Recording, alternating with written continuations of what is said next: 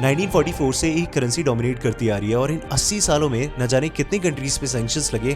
Countries को कभी independently मौका ही नहीं मिला कि वो अपने लोकल करेंसीज पे ट्रेड कर पाए, और अब इतने बड़े नेशन जैसे ब्राजील और इंडिया पे 50% से ज्यादा टैरिफ मार के कहती है It's an attack on the dollar, and we're not going to let anybody attack the dollar. Just because Brazil, Russia, India, China और साउथ अफ्रीका ये ब्रिक्स के मेंबर्स हैं, जो कि 2009 में फाउंड हुआ था, और 2024 आते आते ईरान, इजिप्ट, यूटोपिया और यूएई, इनफैक्ट 2025 में इंडोनेशिया और 9+ कंट्रीज ने भी ये ब्रिक्स को ज्वाइन किया है। All these countries together account half of the world GDP. ये कंट्रीज का ग्रुप डॉलर के डोमिनेंस को खत्म करना चाहता है, अपने लोकल करेंसीज में ट्रेड करना चाहता है, चीपर ट्रेड करना चाहता है, और सैंक्शन से बिना डरे अपने कंट्रीज को फुली डेवलप करना चाहता है। और इसका सबसे बड़ा एग्जाम्पल ब्राजील है, जिसने फोर्ड की कार्स को पूरी तरीके से रिप्लेस कर दिया है BYD इलेक्ट्रिक कार से, जो कि दुनिया के सबसे बड़े EV मेकर्स हैं। और ऐसा ये बिना डॉलर को इन्वॉल्व किए कर रहे हैं और अपनी लोकल करेंसीज में कर रहे हैं, इवन चीपर रेट्स में कर रहे हैं। And this is exactly what D-dollarisation looks like. US के अकॉर्डिंग ये वॉर है डॉलर के अगेंस्ट, और इसलिए वो टैरिफ्स पे टैरिफ्स लगाया जा रहा है। But on the other hand,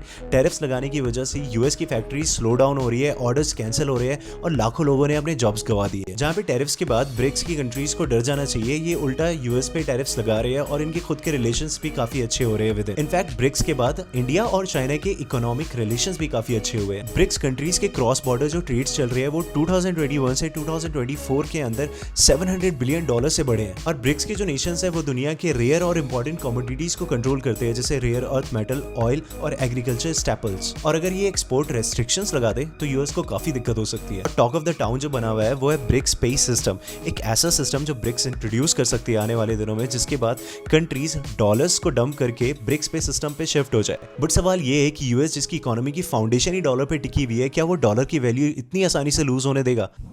Indeed, it's a war.